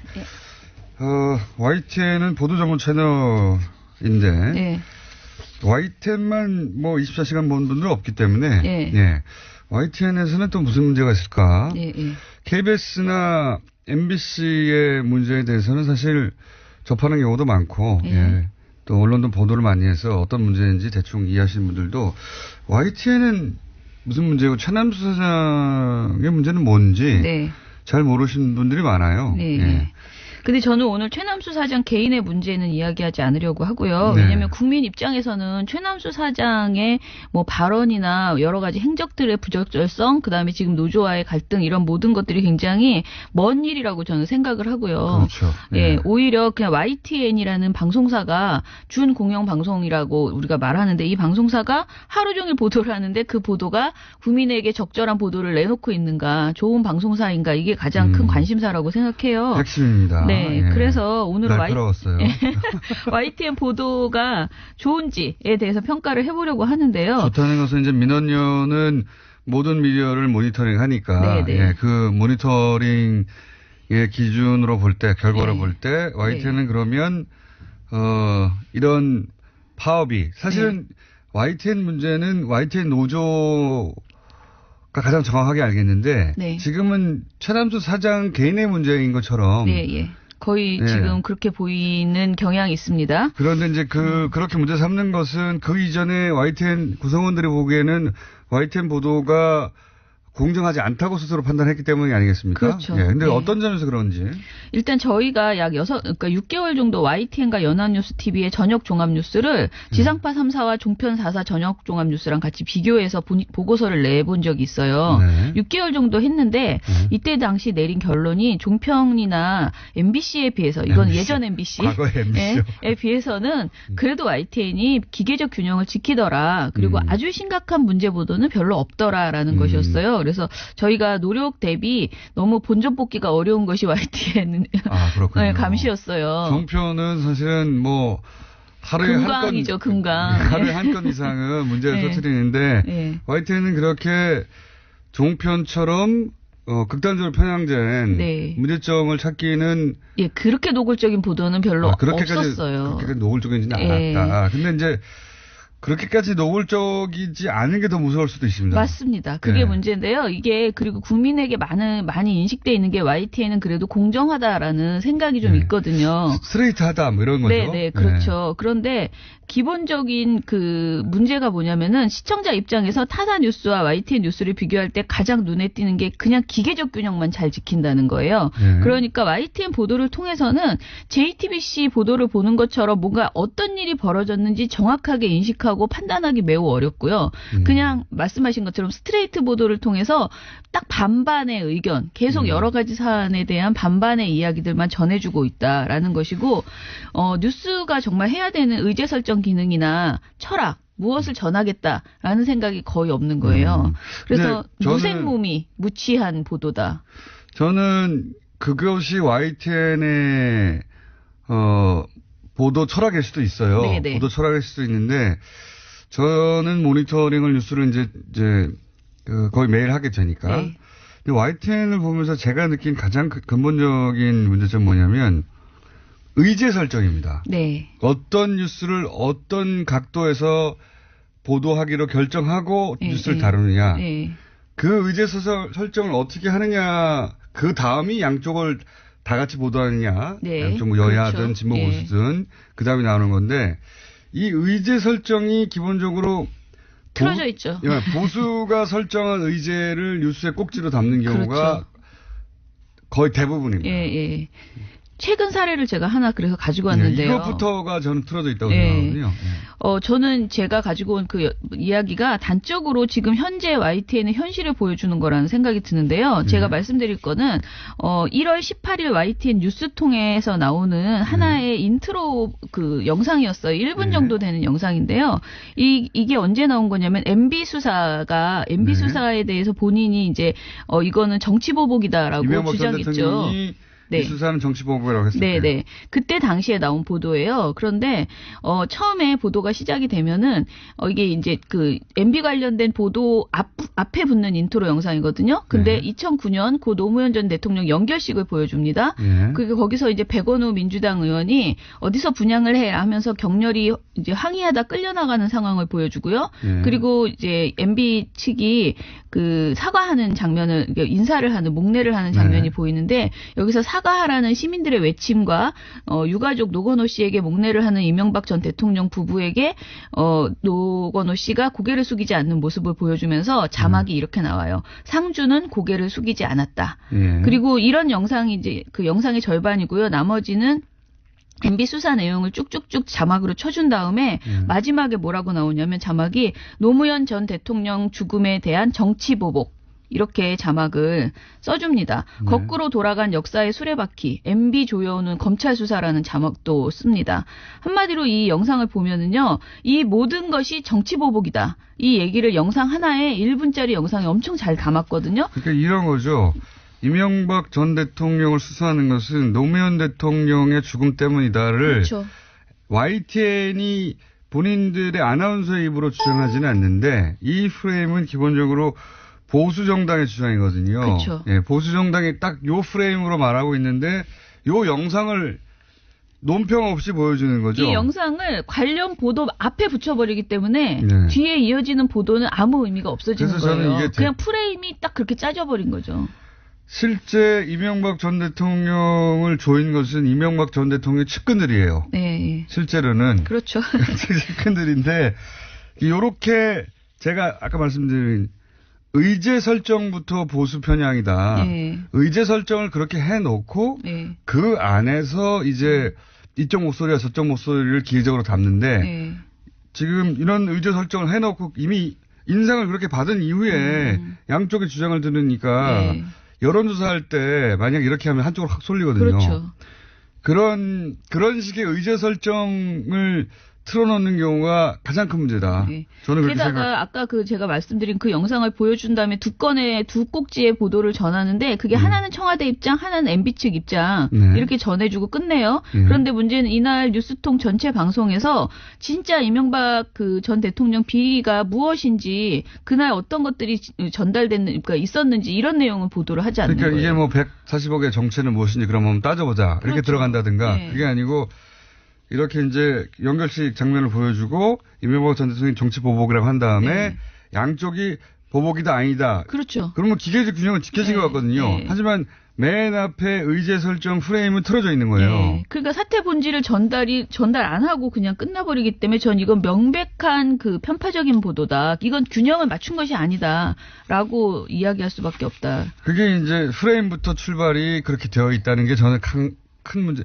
이것뿐만 아니에요, 사실. 예, 맞아요. 거의 대부분이 이런 대부분이 식입니다. 이렇게 네. 의제 설정을 그렇게 한 다음에 그 안에서 양쪽의 균형을 지켰다고 자기들은 네. 빠져나갈 구멍을 만들지만 네. 이런 보도가 뭐 남북 문제에 있어서 그렇습니다. 네. 남북 문제에 있어서 그렇고 이렇게 정치적으로 갈리는 문제 또는 뭐 최근에 여러 가지 화제 나면은 의제 설정을 일단 보수가 설정하고 공격하는 포인트로 딱 잡아요. 네, 맞아요. 그 안에서 어떻게 싸우냐를 보여주는 예. 의제 설정 기능을 가졌다는 게 중요한 거죠. 네. 프레임이 아무튼 왜곡된 상태에서 기계적 균형만 맞춰버리니까 본질이 하나도 전달이 안 되는 거예요. 그 사안의 중요성이. 예. 네. 그 다음에 그 안에서의 양쪽의 주장을 전달하는 건 합니다. YTN은. 네, 맞아요. 그래서 종편보다는 네. 낫다라고 이제 표현하신 거죠. 근데 여기서 끝나는 게 아니라 그 다음에 이런 보도 후에 뭐가 나오냐면 토크가 나와요. 예, 토크를 많이 하죠. 여기서 이제 결정해 줍니다. 네. 어떻게 생각할지 방향을. 네, 그 YTN이 그 종편처럼 시사 토크쇼를 많이 하진 않지만 하루 종일 뉴스를 하는데 뉴스 속 곳곳에 종편과 같은 모양새로 패널들이 나와서 대담을 하는 그런 코너가 많이 있습니다. 그런데 최근에 이상할 정도로 YTN에 출연하는 패널의 성향이 지나치게 편향되어 있다라는 제보를 많이 저희가 받게 되었어요. 이상하진 않고 예전부터 그랬어요. 굉장히 많이 받아요. 이전보다. 최근에 더 많이 받았어요. 그런데 사실 이런 문제점은 YTN 구성원들이 이미 인지하고 있었던 것으로 보이는데요. YTN 노조 산하의 공정방송추진위원회가 그러니까 재작년이네요. 2016년 12월 29일에 보고서를 하나 발표한 적이 있습니다. 이때는 박근혜 국정농단 사태가 한창이던 시기였죠. 이때 보고서의 핵심 내용은 YTN에 출연한 정치평론가의 성향이 지나치게 여당인 새누리당에 편중되어 있다라는 것이었어요. 2016년 11월 1일부터 12월 19일까지의 정치평론가를 모두 출연한 분들을 다 조사해봤더니 644회 중에서 253회로 새누리당 관련된 분들이 가장 많았다. 라는 것이고 중도 성향, 새누리당은 아니고 당시 여당 중도 성향이 207회 그리고 당시 야당 성향이 184회 순이었는데요. 이게 보면 야당 성향이 지금 민주당 성향인 거죠. 네네 그렇죠. YTN 노조가 말하는 것은 이런 거예요. 그러니까 야당 성향 평론가의 출연 횟수가 여당 성향 평론가의 70% 수준에 머문다. 이것은 지나치다. 단순한 허용 오차라고 받아들이기 어렵다라는 것이거든요. 심지어 현직 국회의원이 출연하는 경우를 보면 새누리당 의원 출연한 것이 12번인데 그 같은 시기에 더불어민주당과 국민의당 의원 출연 횟수는 8번이었다고 합니다. 그리고 더불어민주당의 주류로 볼 수 있는 인물은 단 2번밖에 나오지 않았다고 합니다. 이게 참 교묘한 건데요. 예, 교묘한 건데 아까도 말씀드렸다시피 의제 설정 이것이 만약에 YTN이 보도 전문 채널이 아니라 시사 평론을 하는 것이면 또 다릅니다. 네, 그렇죠. 종편은 그런 의미에서는 그렇게 하면 안 되지만 아예 정하고 가거든요. 우리는 보수 편이야. 처음부터 끝까지 이렇게 정하고 가기는 가는데 여기는 그렇지 않다고 하는 곳이거든요. 그렇지 않다고 하는 종편이야 조선일보나 동아일보의 채널이고 그래서 감안하고 보는 점이 없잖아 있어요. 근데 이 YTN은 분명히 기계적으로 최소한 공정하다는 인식을 가지고 있거든요. 국민들이. 그렇게 인식하는 가운데 의제 설정을 그렇게 한 다음에 뉴스는 조금 전에 말씀드렸다시피 의제 설정 안에서 틀어놓고 그런 다음에 이제 이어지는 토크에서 이렇게 한쪽이 몰리는 패널들이 나오니까 전체적으로 뉴스를 보고 있으면 보수 정당이 주장한 게 맞구나 하고 인식하게 되죠. 그런데 심지어는요, 최근에 종편은 눈치를 굉장히 많이 보잖아요. 재승인 이후에 위축돼 있거든요. 그래서 종편은 오히려 패널이 덜 편향적이에요. 저희가 보기에. 그런데 YTN은 최근 거를 사례를 보니까 저희가 올해 1월 2일부터 7일까지 일주일간 YTN에 가장 주요한 저녁 프로그램이 있어요. 뉴스나이트라고 밤 10시에 방송되는 방송인데 이것에 출연하는 나이트 포커스에 출연하는 패널들을 분석을 해봤어요. 그랬더니 핵심 토크죠 이게. 그런데 6일간 나이트 포커스에 출연한 패널이 총 14명이었는데 이 중에서 자유한국당 등 보수권을 대변하는 인물이 11명. 14명 중에 중립적 성향을 가진 분이 2분, 그리고 여당 성향은 1분에 그쳤습니다. 그러니까 굉장히 지금도 여전히 그러니까 2016년 말이 아니고 지금 현재도 굉장히 편향적인 패널 배치를 하고 있다. 아닐 것 같은데 실제로는 이렇습니다. 그렇습니다. YTN을 보고 있으면 뉴스를 그냥 스트레이트로 전달하는구나 라고 생각되는데 실제로는 이렇습니다. 실제로는 이래서 노조 내에서 계속 문제 삼는 거죠. 그리고 문제 발언을 하는 패널들도 굉장히 많아요. 그러니까 많은 분들이 종편에서만 그런 발언이 나오리라 오보막말 편파 그런 발언이 사실은 YTN에서도 여러 번 나오고 있다라는 것이에요. 좀 예를 들어서 최근 사례를 보면 1월 2일에 YTN 뉴스나이트에서 그때 당시에 이제 우리은행이 초등생 그림을 2018년 달력에 넣은 것을 가지고 종북 친정권 그림이다라면서 자유한국당이 비판했던 사안이 있었잖아요. 여론을 통해서는 비판을 많이 받았는데 자유한국당은 이게 이제 초등학생까지 이렇게 인공기를 그려놓는 시대가 됐다면서 비판했는데. 근데 이때 이날 출연했던 최직령 변호사라는 분이 이 방송에 나와서 뭐라고 하셨냐면은 저희 패널로도 잠깐 있었는데요.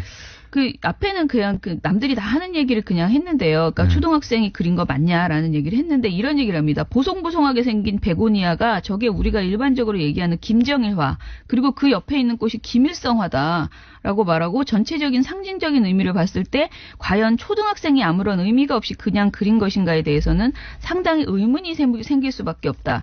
촛불이 나오고 나라다운 나라 이런 얘기가 나오고 뒤에 보면 노란 리본을 형상화해서 세월호를 형상화. 은행이라는 것은 경제이고 경제의 요체는 정치적 중립인데 은행이 어떻게 보면 정치에 관여한 듯한 그런 그림이다. 이렇게 평가를 해요. 너무 진도가 많이 나가셨죠. 진짜 초등학생이 그린 게 맞는데 네네. 초등학생이 세월호도 형성하고 은행도 형성하고 그다음에 김일성화도 형성하고 김정일화도 그래서 형성하고. 서울에서 조용필 씨 노래에도 나오는 베고니아 꽃이 이제 종북꽃이다 이렇게 또 이야기를 하고 베고니아 꽃이 종북꽃이라는 얘기는 그렇잖아요. 내가 없는 얘기인데 그래서 네. 이런 황당한 얘기가 YTN 전파를 탔는데 사실은 이게 얼마든지 반박이 많이 나왔던 내용이었거든요. 심지어는 박근혜 전 대통령의 의장을 맡았던 민주평화통일자문회의의 2014년 공모전에서 이때 당시에도 인공기가 이제 그려져 있는 그림이 엄청 많이 나왔어요. 예. 한 절반 가까이 나왔을걸요. 그렇죠. 아니, 그리고 장관상을 받았어요. 남북 통일을 주제로 하라고 그러면 그릴 네. 수 있는 국기가 뭐가 있습니까? 태극기 아니면 인공기인데요. 그래서 예. 수상작의 절반 정도는 인공기를 그리고 있어요. 그러니까 이런 내용이 반론이 전혀 안 나오고 일방적으로 완전히 비판하는 그런 내용만 그러니까 자유한국당 입장만 대변하는 그런 패널이 나왔다는 초등학교에까지 거죠. 네. 이 종북 사상이 스며들어서 초등학생이 김일성화를 그리고 있다고 이런 네. 거죠. 김정일 꽃 참. 좀 아무튼 당황스럽습니다. 근데 이런 내용이 이제 앞에 이런 논란이 있다고 네. 기계적으로 보도한 다음에 그다음에 전문가라는 분이 나와서 이런 얘기를 하면 그쪽 방향으로 쏠리는 게 맞잖아요. 근데 또 이때 앵커가 잘 정리해주면 또 되잖아요. 네, 제가 근데- 만약에 있었으면은 말도 안 되는 얘기 좀 그만하시라 했을 텐데. 예. 근데 지금 YTN의 진행자도 사실은 심각하다. 종편 진행자 못지않다. 굉장히 편향적인 질문을 많이 하더라는 겁니다. 예를 들어 볼게요. 21일에 오전 9시에 현성월 단장이 이제 왔죠. 그래서 21일, 22일 내내 YTN과 연합뉴스 TV는 거의 그냥 현성월 TV였거든요. 근데 20일 YTN 뉴스 Q라는 프로그램에서 앵커의 행태를 보겠습니다. 먼저 패션에 무슨 의미가 있냐, 왜 저 옷을 입었을까요? 이런 질문은 워낙 흔한 이야기라서 생략하고요. 이날 패션을 넘어서서 현성월의 믹스커피에 대해서 이야기가 진행됩니다. 그러면서 김대근 앵커가 믹스커피 말고 아메리카노 달라고 전해지기도 했는데 이게 인상적이었는데 어떻게 들으셨어요? 라고 물어요. 그랬더니 패널이 그거 별로 중요하지 않다라는 식으로 크게 문제 없다라고 대답을 합니다. 그랬더니 앵커가 다시 묻습니다. 그럼에도 불구하고 사실 현성월의 모습을 보면서 이게 일반 북한 주민들의 모습과 어떤 차이점이 있을까 이런 궁금증이 들기도 하더라고요. 아까 커피 질문을 드렸습니다만 사실 북한에서는 커피 한 잔이 며칠치 임금에 해당된다는 이런 얘기도 있거든요. 실제로 어떤가요? 라면서 다시 한번 믹스커피에 대해서 또 화제를 꺼내는 거예요. 그랬더니 이제 나중에 현성월 단장이 아메리카노 시킨 것이 연출됐을 가능성도 배제할 수 없다. 왜냐하면 아무래도 커피라는 것은 지속적으로 마셔야 되는데 이것을 지속적으로 마실 수 있는지는 의문이다라는 답변을 패널이 했어요. 북한의 경제 수준은 매우 낮다. 네네. 한마디로 북한을 못 사는데 네. 커피 맛을 알겠냐 이런 질문이죠. 그러니까 이 답변이 나올 때까지 집요하게 계속 이 질문을 했다는 것이죠. 그게 이제 맞습니다. 진행자의 그 질문도 네. 의제 설정 아래서 질문이 계속 나와요. 특히 그렇죠. 북한 관련 뉴스를 YTN에 다룰 때는 아주 집요하게 네. 보수 편향의 시각을 갖고 뉴스를 의제 설정을 한 다음에 그것이 원하는 답변이 안 나오면 진행자가 그 답변을 계속 유도합니다. 네, 북한은 못 산다. 이 북한은 종편이 많이 하던 거잖아요. 네, 북한은 나쁜 나라다. 이 소위 이제 남북 관계가 어떻게 개선될 수 있을 것인가. 이게 네. 어떤 계기가 될까 얘기를 하지 않고 항상 그렇게 북한은 나쁘다라는 네. 전제하에 모든 질문이 나가요. 그 기본적으로 앵커 질문이 너무 수준이 낮고 부적절한 답변을 전혀 방향을 틀어주기는커녕 더 부적절한 질문을 계속. 수준은 저도 낮으니까 네, 할 말은 그거는 없는데요. 좀 제 말은 수준이 낮은 거는 둘째치고 의도된 방향으로 네. 그러니까 뉴스 속에서 애초에 설정된 의도대로 질문을 반복적으로 보수 편향으로 하죠. 네, 예. 그렇죠. 뉴스 진행자도 그렇게 합니다. 그래서 가만히 보고 있으면 부지불식간에 보수의 의제와 네. 보수의 방향성과 예, 보수의 문제의식 주장을 흡수하게 돼요. 그렇죠. 기계적으로 분명히 맞추는 것 같은데 그건 기술적으로 객관적으로 보여요, 일단은. 네, 객관적으로 보이는데 객관적으로 보이는데 보수가 굉장히 중요하게 생각하는 의제에 있어서는 네. 그 이면에 깔려 있는 편향성을 예, 예. 뉴스를 계속 보다 보면 반드시 느끼게 됩니다. 그렇죠. 반드시. 예. 예. 그런 세월이 굉장히 오래됐어요. 예. 예. 양지열 변호사도 YTN 토론 패널에 자주 나옵니다. 그리고 양지열 변호사는 MBC 땜빵으로 하던 예. 진행자의 생명이 끝났나요? 끝나가고 있나요? 둘 중에 하나입니다. 네. 이제 곧 다시 저희 돌아올 거예요? 뉴스 공장에 나오죠. 예. 100만 번 좀 골려줄 생각입니다. 아, 왜 그러십니까? 예. 아니, 가끔 안 나와서 전 그리웠어요. 근데 예. 다행히 잘렸다고 하니까요. 자, 그렇게 만약에 이걸 이제 이런 내용의 관점에서 보지 않고 형식의 관점에서 보자면 네. 형식으로는 다 요건을 지킨 것처럼 보여요. 그래서 교묘하다고 저는 생각해 왔어요, 항상. 근데 사실 다 지킨 거는 아니에요. 왜냐하면 저희가 않았습니까? 늘 말하지만은 예. 저는 이 얘기를 정말 많이 드리고 싶은데 얘기하고 싶은데 어떤 뉴스가 어떤 사안에 대해서 찬반의 의견을 똑같이 전한다고 해서 그게 좋은 보도는 아니잖아요. 그것도 맞습니다. 예. 그건 또 다른 이야기인데. 예. 그러니까 보도에서 BBC 가이드라인을 보면요. 보도에서 일련의 시각이나 의견을 동일한 비율로 다룰 것을 요구하는 거 아니다. BBC는 대신 적절한 비중을 달성하도록 노력해야 한다라고 얘기해요.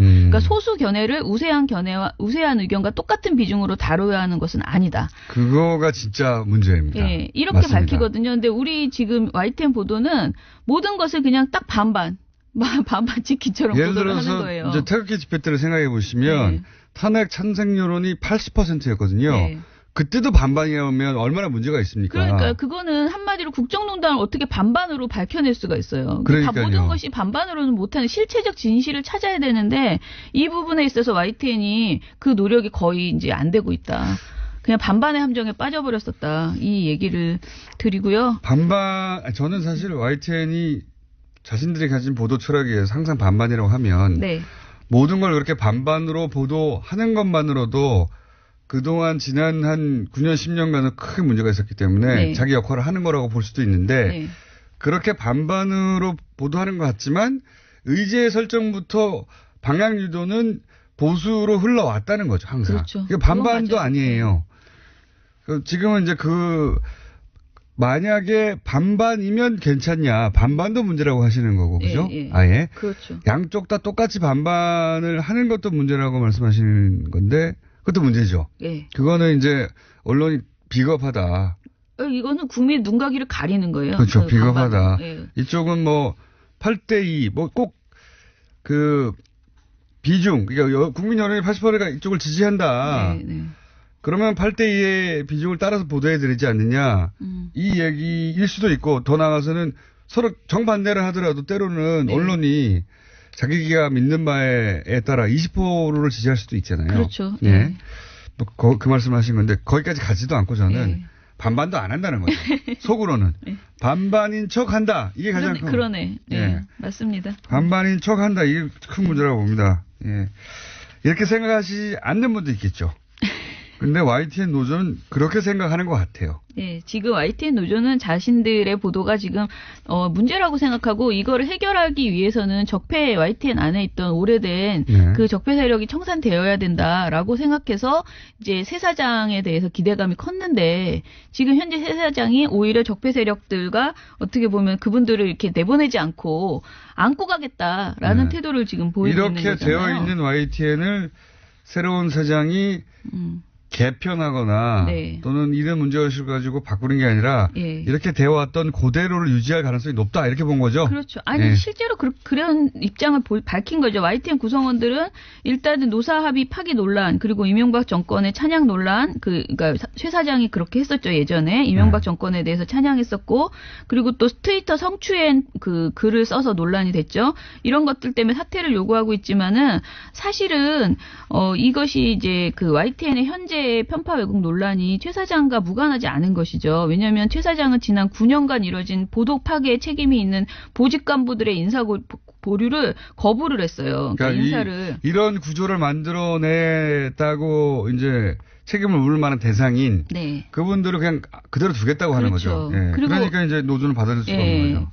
그리고 이제 YTN 노조가 강하게 이제 요구하는 뭐 혁신의 아이콘이라고 YTN 혁신의 아이콘이라고 보는 노정면 기자에 대해서 인신 공격을 퍼붓거나 뭐 보도국장 그 합의를 뭐 그 파기했거나 여러 가지 문제가 있었고요. 그래서 저는 YTN 정상화를 위해서는 일단 YTN 경영진 문제가 매듭이 지어져야 된다라는 생각을 하고요. 노조의 입장에 대해서 사실 저는 개인적으로는 굉장히 찬성합니다. 노조의 파업이 가기 전에 YTN 문제가 해결이 됐으면 좋겠다.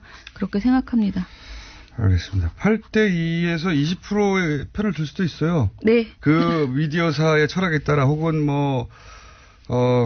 보도 철학에 따라. 가장 중요한 건요. 논쟁할 필요가 없고 그냥 실체적으로 그게 진실이면 진실을 보도해야 되는 거예요. 그러니까 의견이 8로 오히려 반대가 더 많아도 진실이 20이면 20을 보도해야 되는 거예요. 그게 맞죠. 네. 네, 그게 맞는데 그렇지 않다는 게 문제다. 그러면서도 보도 채널에 외양을 띠고 있어서 예. 이것이 객관적으로 보도된 것으로 사람들한테 인식되는 게 문제다 이런 그렇죠. 거죠. 네. 예. 아예 이쪽은 80%의 편을 드는구나 생각하면 사람들이 감안하고 보는 거죠. 그렇죠. 예. 예. 그런 문제입니다. YTN에 관해서는. 자, 오늘 여기까지 YTN 노조는 왜 파업하는지 한번 다뤄봤습니다. 민원연의 김학용 사무처장이었습니다. 감사합니다. 감사합니다.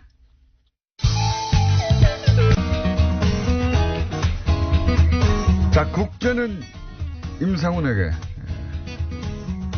임상훈 소장님, 인문결 연구소에 소장님 나오셨습니다. 안녕하십니까? 네, 안녕하십니까? 예. 자, 뉴스 하청공장 네. 잘 됩니까? 예, 잘 되고 있습니다. 예. 뉴스 지금까지는 공장에서 제가 혼자 진행을 했는데 예. 이제는 다른 한 분이 도와주시기로 해서 미모의 탤런트 한 분이 같이 하시기로 했습니다. 그래 보이는 라디오인가요? 아니, 아직 안 보이는데 그 탤런트가 나오시기 때문에 이제 보이는 걸로 조만간 욕심이 많으시군요. 바꾸려고. 예, 그렇게. 뉴스 하청공장인데 점점점 일이 커지고 있습니다. 진행자가 뉴스 본 공장보다 하청 공장이 더 아름답다는 그 말씀을 드리고 싶고. 탤런트가 많으신 분을 말하는 겁니까? 재능이 아니, 직업이 진짜 탤런트. 예, 직업이 그래요? 탤런트. 예. 그거 어떻게 섭외가 되셨죠? 별로 듣지도 않는 분. 많이 듣습니다. 예. 자, 한 주간 열심히 짚어보겠습니다. 네. 아프가니스탄에서 최근에 일주일 안에 2번이나 큰 테러가 났습니다. 이거 좀 심각한 상황인데 20일 날은 그 인터컨티넨탈 호텔, 그러니까 둘 다 수도인 카불에서 발생했는데 호텔에서 인질극을 벌여가지고 그랬죠. 예, 이거 굉장히 큰 뉴스였는데. 예, 이거 뭐 굉장히 큰 뉴스였거든요, 당시에. 우리나라에서는 별로 보도가 안 됐어요. 국제적으로 큰 뉴스였습니다. 네, 왜 그러냐면은 사실 우리가 그 중동 지역에서 사망자가 너무 많아서 이제 그런 것들도 있을 수도 있지만 기본적으로 중동에서의 어떤 그런 인권 문제라든가 어떤 이런 문제를 우리가 보도를 안 하는 경향이 있죠, 많이. 관심이 없어요. 네. 기자들도 사실은 그 지역을 모르고요. 네. 해봐야 이제 그 영어권 언론들이 보도한 걸 받아 쓰는 정도거든요. 근데 맞습니다. 받아 써봐야 잘 읽지도 않는다 이렇게 생각하기 때문에 네. 이게 미국이 뿌린 씨앗인데 이게 그렇죠. 그러니까 뭐 미국도 그렇고 이제 사실은 서방 유럽 같은 경우도 이 20세기 초에 뿌린 씨앗이 너무 중동 많습니다. 문제는 이 서양인들이 만든 거예요. 예, 유럽 맞습니다. 20세기 전반부는 유럽이 저질러 놓은 거고요. 후반부는 미국이 저질러 놓은 거예요. 네. 예. 최근에 와서 물론 이제 많은 그 노력은 합니다. 유럽 국가들이 나서서 노력을 하고 있습니다만 어쨌든 뿌리는 씨앗이 있기 때문에 유럽은 그나마 자신들이 뿌리는 씨앗에 대해서 인정하는 네. 보도도 많고 노력 좀 하는데 예. 미국은 그것도 없어요. 예. 예, 그 뭐 27일 날도 또 그 최근 바로 며칠 전이죠. 병원 인근에서 그러니까 관공서들이 많이 모여 있는 그 행정 중심 지역인데 네. 정말 비열한 테러라고 할 수가 있는데 앰뷸런스. 네, 앰뷸런스에다가 응급 환자라고 싣고 그러니까는 그 검문을 안 당했죠. 그리고 들어가서 빙 그 폭탄을 싣고 간 거예요. 네, 맞습니다. 정말 비열한 테러 행위인데 그거는 어떠한 무슨 정치적인 자신들의 그 신념이 있는지는 몰라도 이거는 아니죠. 이건 정말 탈레반 쪽에서 저지른 테러로 지금 맞습니다. 보이는데 탈레반을 키운 게 미국입니다. 예. 네. 지금 탈레반이 살짝 그 IS 이후로 관심을 덜 받으니까 이런 것을 하는 것 같은데, 특히 저 아프가니스탄 같은 경우에는 물론 그 주변에 시리아라든가 많은 국가들이 거의 무정부 수준에 가까울 만큼 정부의 힘이 약해진 건 사실인데, 아프가니스탄 같은 경우도 미국이 건드려 놓은 그 이후로 탈레반이 장악을 하고 있는 그 지역들이 점점 늘어나면서 정부의 힘이 뻗치지 못하고 있는 곳이 너무 많죠. 아프간 현 정부를 사실 인정하지 않죠. 근데 친미 정권이라고 이제 네. 뭐 일정 정도 사실이고요. 네. 네. 목도리를 보하니 최근에 프랑스를 다녀오신 것도 같습니다. 목도리는 저 원래 하는 건데 네. 그 프랑스 다녀온 건 맞습니다. 목도리가 거기서 산 목도리 아닌가요? 이거 몇 년 전에 산 거예요. 어쨌든 거기서 산 거 아닙니까? 네, 맞습니다. 갑자기 목도리 이야기를. 아니, 제가 그 동네에서 많이 보던 스타일의 목도리라서. 예. 훅 들어갔습니다. 여태까지 계속 항상 하고 있었는데 갑자기 그러시는데. 네, 눈에 띄었습니다. 그거. 네. 자, 그러면 이제 주시해야 된다. 그 다음은 어디로 넘어갑니까? 그 다음에 다보스 포럼으로 열렸었죠. 다보스 포럼. 23일부터 26일까지 열렸는데. 트럼프 대통령이 홈런을 쳤죠. 홈런. 이게 사실 미국 대통령이 직접 간 게 우리가 예상외로 많지는 않아요. 다보스 네. 포럼에. 근데 갔어요. 갔어요. 이번에. 환영받을 줄 알고. 네. 자기도 기업인 출신이니까. 예. 갔어요. 그래가지고. 저 야유까지 받았어요, 이번에는. 네, 야유를 아주 크게 받았더라고요. 근데 이게 굉장히 뭐라고 할까, 대비가 확 되는 것이 그러니까 20년 전에 클린턴 대통령이 참석을 했었거든요. 근데 클린턴 대통령은 뭐 우리가 잘 알다시피 굉장히 그 개방무역주의자잖아요. 그러니까 이쪽은 민주당이었습니다만은 민주당도 사실 경제적으로는 굉장히 개방주의자들이 이제 장악하고 있는 곳인데 그러니까 클린턴 대통령이 연설한 내용, 그 다음에 이 트럼프 대통령이 연설한 내용, 20년 사이에 미국이 주장하는 바가 정반대가 됐죠. 완전히 반대가 돼 버린 거예요. 근데 이제 아까 말씀하셨습니다만은 제가 말했구나. 굉장히 야유까지 받는 정도로 현재의 그리고 트럼프 대통령을 제외한 나머지 참가 국가 정상들뿐만 아니라 학자들 이런 사람들이 미국의 성토장이 방불 할 만큼, 성토장으로 말해도 과언이 아닐 만큼. 다보스 포럼 자체가 기본적으로 왜 모이는 겁니까? 그렇죠. 국가 간의 교류나 뭐 이런 것 때문에 모였는데 거기서 미국 고립, 미국이 성장해야 세계가 성장한다. 이 말하면 그걸 누가 듣고 있습니까? 그러니까요. 다들 세계 정상급이고 다른 나라의 정상급이 왔는데 그 말을 듣고 만들어진 자체가 그것 때문인데 그러니까 트럼프의 지지자들 앞에서나 할 얘기를 거기 가가지고 한 거죠. 미국이 성장하면 당신들도 다 잘 살게 돼. 이런 얘기를 하면 그렇구나 할 사람이 누가 있어요 거기에. 그렇죠. 다보스 포럼에서는 참 어울리지 않는 그런 발언이었는데 네. 어쨌든 이제 그런 일이 올해의 다보스 포럼의 굉장히 특징이었다 이런 얘기를 할 수가 있을 것 같고. 홈런을 치긴 쳤는데 예. 파울 홈런? 아니죠. 상대편에 가가지고 홈런을 친 거죠. 홈런을 그런가? 예. 네. 뭐 그렇게 얘기할 수 있죠. 아니면 우리 편 투수가 나와 있는데 잘못 나가지고 홈런을 쳐버린 거예요. 그런 거구나. 그렇게도 가능하구나. 상대편 복장 안 입고 뭐 그 정도 되는 홈런을 친 겁니다. 네, 맞습니다. 트럼프 얘기가 나와서 하나 더 소식 전해드리겠는데 워낙 이제 부자고 그거에 잘 알려진 거 그리고 이렇게 금을 좋아하죠. 금을 굉장히 좋아해요. 근데 이제 자신의 주거지, 그러니까 이제 백악관 말고 여기에 트럼프 타워 반고호 작품 하나를 좀 임대해달라 이렇게 뉴욕의 구겐하임 박물관 미술관에 요청을 했어요. 그래요? 네. 그랬는데 이 미술관 측에서 그건 어렵다. 대신에 다른 거를 내가 대여해주겠다 하면서 금으로 된 변기를 이렇게 제안을 했어요. 어떻게 했냐? 그래가지고 이게 이제 너 금 좋아하지 않아? 그렇죠. 그리고 최근에 쉿홀. 그렇죠. 예. 근데 쉿홀을 우리나라에서는 이제 거지소굴이라고 번역을 했습니다만은 거지소굴이 아니고 실제로는 가지고 있는 똥통에 가지고 있는 그 어감보다 사실 영어에서 쉿홀이 더 좀 저속한 예. 그런 표현입니다만 어쨌든 직역하면 똥통 아니겠습니까? 그래서 제 생각에는 더러운 똥통 정도 되는 거죠. 그렇죠. 예, 그냥 똥통도 아니고 아주 대통령이시니까 예. 그러면은 금으로 된 똥통을 드리겠다. 그래서 골든 쉿홀을 드리겠다. 이런 그 박물관 측의 구겐하임의 센스군요. 그런 깊은 뜻이 아닌가. 그렇게 했네요. 네. 예. 그렇게 이제 저는 해석을 하는 거고요. 구겐하임 센스 짱인데요. 물론 그렇게 얘기는 안 했습니다만 그런 깊은 뜻이 있다. 아니, 이렇게. 그 안에 다 들어있는 거죠. 그렇죠. 예. 굉장히 저는 진짜 굉장한 센스라고 봐요. 반고호 빌려달라고 그랬는데 당신은 그런 그림을 가질 자격이 없어. 금으로 똥통 하나 줄게 이거 아니에요. 그렇죠.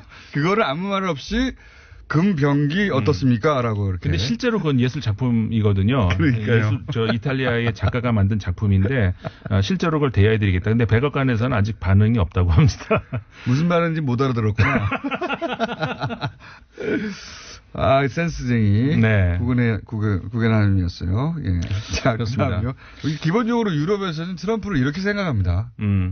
만나서 얘기해보면 다들 그렇잖아요. 네네. 예. 그리고 기본적으로 어떤 뭐라고 할까, 이게 유머가 깔려있고, 유머 안에 보면 많은 그 내용들이. 먹이는 거죠. 예. 네. 그런 거 공급스럽게 있는데. 먹였네요. 맞습니다. 그래서 이제 원래의 그 작품의 취지는 그거라 그래요. 뭐를 먹어도 인간이 먹으면 결국은 변기로 다 간다. 아무리 좋은 걸 먹건, 아무리 쓰레기를 먹건 간에 어차피 변기로 가는 것이다. 그런 내용을 담은 작품이라고 하는데, 해석은 네. 또 다른 해석이 또 우리가 아니 이제 구겐하임의 그 요청을 받고 자기들끼리 막 얘기했겠죠. 아니 우리가 지금 트럼프한테 이걸 빌려줄 이유가 뭐냐 그러다가 누군가 아이디어를 냈겠죠. 금병기 갖다 주자요. 와 좋다. 거기까지 그치지 않고 실제 제안했다는 게 저는 멋쟁이라고 봅니다. 예. 그렇죠. 거기까지는 그냥 실무자끼리 생각할 수 있거든요. 웃고 넘길 수도 있는데. 네. 근데 그게는 유럽식 유머고 유럽식 자존심인 거죠. 잘했다고 실제로, 봅니다. 예. 뉴욕에 있는 그 박물관인데, 네. 어쨌든 그렇게. 뉴욕에 있는 구겐하임이요? 네네네. 그 구겐하임이군요. 그것도 더 재밌네요. 그렇죠. 자국의 대통령한테. 대통령이니까 이제 금으로 된 변기를 가지시라. 안 된다고 말하는 대신 이렇게. 네. 예, 멋집니다. 자. 좋습니다. 주제로 가야 되는데, 네. 시간이 많이. 주제가 이제 나오면 어떡합니까? 시간 다 됐는데. 걱정 없습니다. 주제는 뭡니까? 하천 공장이 있기 때문에. 일부러 노리신 거 아니에요? 아니죠. 저는 하고 싶은데, 이제 공단장이 다른 말을 시키셨잖아요. 자, 지금 터키의 소위 말해서 올리브 가지 작전이라고 하는 시리아로 이제 지금 군사 행동을 들어가고 있거든요. 이걸 우리가 굉장히 예의주시해야 되는 것이, 물론 쿠르드족에 대한 어떤 그 역사 깊은 문제 이것도 있지만 국제적인 분쟁으로 번질 소지도 좀 현재로서는 있는 것 같다. 일단 쿠르드는 최근에는 미국이 배신하면서 다시 버림받았는데. 네. 원래 터키가 이제 쿠르드를 자국 내에서 탄압해 온 건 역사가 오래됐고요. 그렇죠. 근데 시리아에 있는 쿠르드를 진압하려고 한다. 네. 예. 그러니까 이 쿠르드족을 얘기를 할 때, 이제 기본적으로는 이거 문제, 그러니까 쿠르드족이 국가를 가지고 싶어 한다. 이거는 이제 많은 분들이 아실 거 아닙니까? 네. 근데 그럴 때 제가 흔히 이제 듣는 반응이 뭐냐면, 그건 물론 그 사정은 아는데, 중동에 가면은 그 국가를 가지고 싶어 하는 민족이 한둘이냐. 그거 어떻게 다 현실적으로는 불가능하지 않냐. 이런 얘기를 이제 들어요. 근데 사실 쿠르드족이 인구가 굉장히 많은 족이거든요. 예. 그러니까는 소수민족이 아니에요, 사실은. 소수민족이 아니에요. 예. 그러니까는 우리가 중동 지역 하면은 큰 민족 단위를 하면은 아랍 민족 보통 그다음에 터키 민족, 페르시아 민족 이 정도 하지 않습니까? 그 다음 정도 들어가요. 그러니까요. 하나의 나라가 아니라 두 개의 나라도 만들 수 있을 정도인데 중동 4천만이에요. 전체를 다 합치면 4천만이고 이 터키에 있는 쿠르족만 해도 1,000만이 되는 어떤 그런 민족이거든요. 생각해 보면 중동 국가 중에 1,000만이 안 되는 나라들도 있어요. 그럼요. 예. 다른 나라들은 그러니까 4천만 원이면 나라 두세 개 만들 수 있어요. 중동. 그렇죠. 그러니까 이 지역에서 점유하고 있는 면적도 굉장히 넓은 데다가 인구도 많고 그거 어쨌든 간에 시간이 다 됐는데 어떡합니까 근데. 이 얘기하다가 어쨌든 그래서 이제 터키군이 지금 그 시리아 안에 영토 안에 있는 쿠르드족을 치기 시작을 하는데 이게 점점 동쪽으로 이동을 하면서 미국이 그 뭐라고 할까요? 뒤에서 이제 받치고 있는 그쪽까지 지금 가 있어요. 국제 분쟁이 될 수도 있다. 그렇죠. 네, 임상훈 소장이었습니다. 안녕. 안녕.